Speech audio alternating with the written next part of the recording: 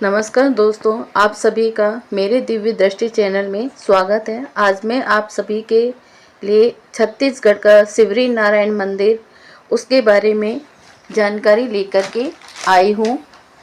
आपको पसंद आए तो लाइक, शेयर एंड सब्सक्राइब करें। भक्त नाभा दास रचित भक्तमाल में एक प्रसंग आता है जिसमें भगवान श्री रामचंद्र जी अपनी एक भक्त माता सबरी के हाथों बेर खाते हैं। सबरी का भक्ति साहित्य में अद्वितीय स्थान है। रामायण के अरण्य कांड में उल्लेख मिलता है कि सबरी के देह त्यागने के बाद भगवान श्री रामचंद्र और लक्ष्मण जी ने उनका अंतिम संस्कार किया था। पौराणिक संदर्भों के अनुसार सबरी एक भीलनी अर्थात भील जाति की कन्या थी। उनका मूल नाम श्रमणा था। उनके पिता अज भीलों के मुखिया थे। माता जी का नाम इंदुमती था। ये भील जाति से संबंधित सबर समाज के थे। कहा जाता है कि श्रमणा बचपन में प्राय वैराग्य की बातें किया करती थी। उनके माता पिता ने जब यह बात एक पंडित जी को बताई तो उन्होंने सलाह दी कि इसका विवाह करा दीजिए। सबरी का विवाह एक भील कुमार से तय कर दिया गया। परंपरा के अनुसार विवाह से पहले सैकड़ों पशु वध के लिए लाए गए।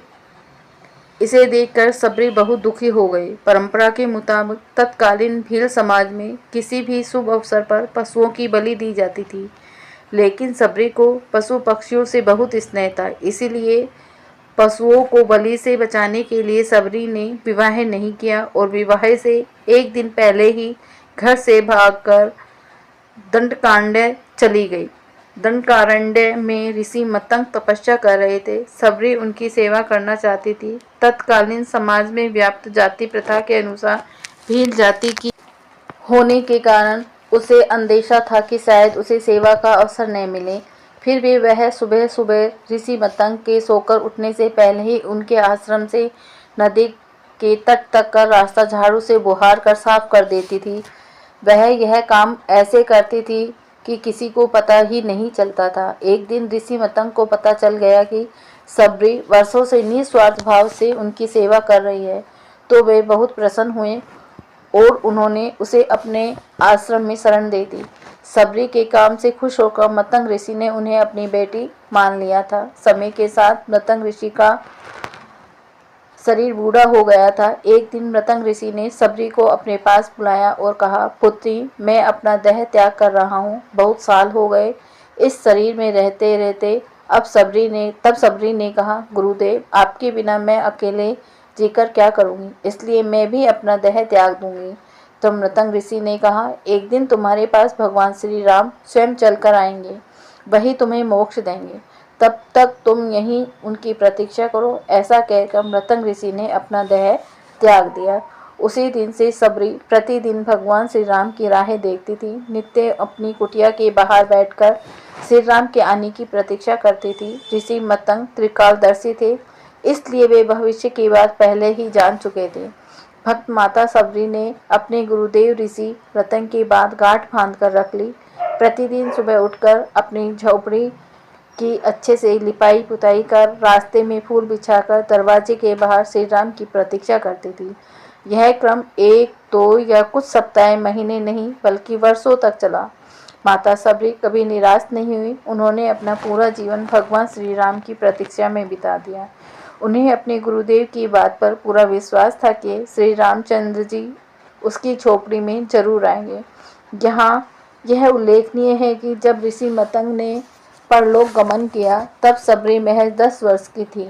उस समय राजा दशरथ का कौशल्या जी से विवाह तक नहीं हुआ था। कालांतर में अपने पिता के आदेश का पालन करते हुए भगवान श्री रामचंद्र जी जब तो 14 वर्ष के वनवास पर निकले, तब वे अपनी अन्य भक्त माता सबरी की झोपड़ी में पधारे।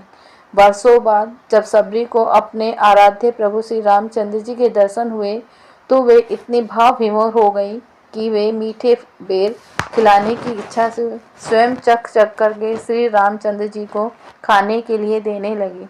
भगवान श्री रामचंद्र जी सबरी की भक्ति के वशीभूत उनके दिए बेर भी खुशी खुशी खाने लगे। उन्होंने कुछ बेर अपने अनुज लक्ष्मण को भी दिए। लक्ष्मण जी ने भैया का मान रखते हुए बेर ले तो लिए पर खाए नहीं। माना जाता है कि इसका दुष्परिणाम ये हुआ कि कालांतर में वनवास के दौरान राम रावण युद्ध में जब शक्तिवान का उपयोग हुआ तो लक्ष्मण जी मूर्छित हो गए थे। उस समय बेर से बनी हुई सजीवनी बूटी से उनका जीवन बचाया गया था। जब भगवान श्री रामचंद्र जी ने सबरी से जानने की अनुमति मांगी तब सबरी ने कहा कि जिस राम की प्रतीक्षा में उन्होंने अपना पूरा जीवन बिता दिया, अब उन्हें कैसे जानने की अनुमति दे दें। उन्होंने श्री रामचंद्र जी का नाम स्मरण करते हुए देह त्याग दिया। श्री रामचंद्र जी ने ही उनका अंतिम संस्कार किया। रामायण काल में मृतंग ऋषि के जिस आश्रम में प्रभु श्री रामचंद्र जी ने भक्त माता सबरी के बेर खाए थे, वह वर्तमान छत्तीसगढ़ राज्य के जांजगीर चांपा जिले के शिवनारायण नामक स्थान पर स्थित है। महानदी शिवनाथ और जोंके नदी के त्रिधारा संगम पर बसा है सिवरी नारायण। माता सबरी की स्मृति को अक्षुण्ण बनाए रखने के लिए सबरी नारायण नगर बसाया गया, जो कालांतर में सबरी नारायण हो गया है।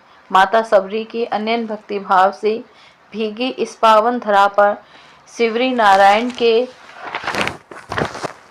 पास खरोंदे में दुनिया का एकमात्र सबरी मंदिर स्थित है। पौराणिक कथाओं के अनुसार रामायण काल से ही यहाँ सबरी का आश्रम है। ऐसी मान्यता है कि भगवान जगन्नाथ की विग्रह मूर्तियों को सबरी नारायण से ही उड़ीसा के जगन्नाथपुरी में लाया गया है। कहा जाता है कि हर साल माघी पूर्णिमा के दिन भगवान जगन्नाथ यहाँ नारायण रूप में विराजते हैं। छत्तीसगढ़ की जगन्नाथपुरी के नाम से विख्यात सिवरी नारायण प्राकृतिक छटा से परिपूर्ण एक सुंदर नगरी है। प्रोफेसर अश्वनी केसरवानी जी ने अपनी पुस्तक सबरी नारायण देवालय एवं परंपराएं में लिखा है, 4 दिशाओं में अर्थात उत्तर में बद्रीनारायण, दक्षिण में रामेश्वर, पूर्व में जगन्नाथपुरी और पश्चिम में द्वारिका नाथ स्थित है। लेकिन मध्य में गुप्त धाम के रूप में सबरी नारायण स्थित है। याज्ञवल्क्य संहिता एवं रामावतार चरित्र में उल्लेख है कि भगवान श्री रामचंद्र जी का नारायणी रूप यहाँ गुप्त रूप से विद्यमान है। इसीलिए सबरी नारायण को गुप्त तीर्थ धाम भी कहा जाता है। यह नगर सतयुग में वैकुंठपुर, त्रेता युग में रामपुर, द्वापर युग में विष्णुपुरी और नारायण के नाम से विख्यात था, जो आज सबरी नारायण के नाम से जाना जाता है। मेकल पर्वत श्रृंखला की तलहटी में अपने अप्रतिम सौंदर्य के कारण चतुर्भुजी विष्णु मूर्तियों की अधिकता के कारण स्कंद पुराण में इसे श्री नारायण क्षेत्र और श्री पुरुषोत्तम क्षेत्र कहा गया है। प्रतिवर्ष माघ पूर्णिमा से यहाँ एक व्रत मेले का आयोजन होता है, जो महाशिवरात्रि तक चलता है। इस मेले में हजारों लाखों दर्शनार्थी भगवान नारायण के दर्शन करने के लिए आते हैं। सबरी नारायण मंदिर को बड़ा मंदिर एवं नर नारायण मंदिर भी कहा जाता है। यह मंदिर प्राचीन स्थापत्य कला एवं मूर्ति कला का बेजोड़ नमूना है। ऐसी मान्यता है कि इसका निर्माण राजा सवर ने करवाया था। यहाँ 9वीं शताब्दी से लेकर 12वीं शताब्दी तक की प्राचीन मूर्तियों की स्थापना है। मंदिर की परिधि 136 फीट तथा ऊंचाई 72 फीट है, जिसके ऊपर 10 फीट के स्वर्णिम कलश की स्थापना है। शायद इसीलिए इस मंदिर का नाम बड़ा मंदिर भी पड़ा है। संपूर्ण मंदिर अत्यंत सुंदर तथा अलंकृत है, जिसमें चारों ओर पत्थरों पर नक्काशी करके लता बेलरियों एवं पुष्पों से सजाया गया है। मंदिर अत्यंत भव्य दिखाई देता है। सबरी नारायण में कई अन्य मंदिर भी हैं, जो विभिन्न कालों में निर्मित हुए हैं। चूँकि यह नगर विभिन्न समाज के लोगों का सांस्कृतिक तीर्थ है, इसलिए उन समाज के लोगों द्वारा यहाँ कई मंदिरों का निर्माण एवं जीर्णोद्धार भी कराया गया है।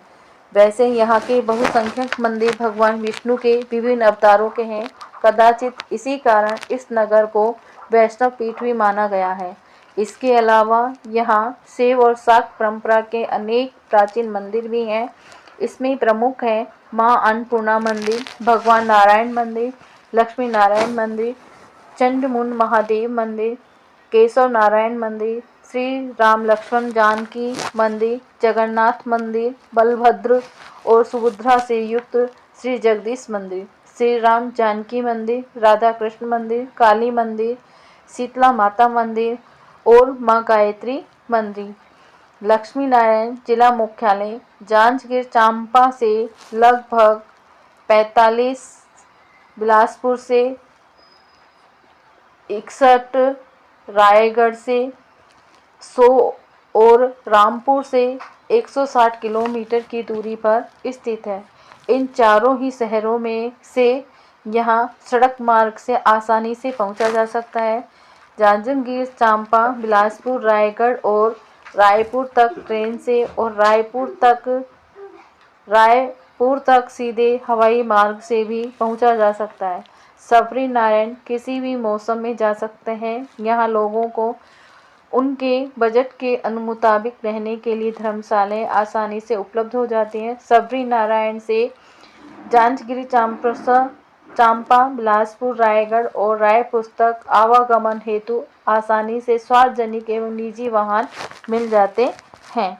आपको ये जानकारी अच्छी लगी या पसंद आती है तो like and subscribe and share करें। धन्यवाद।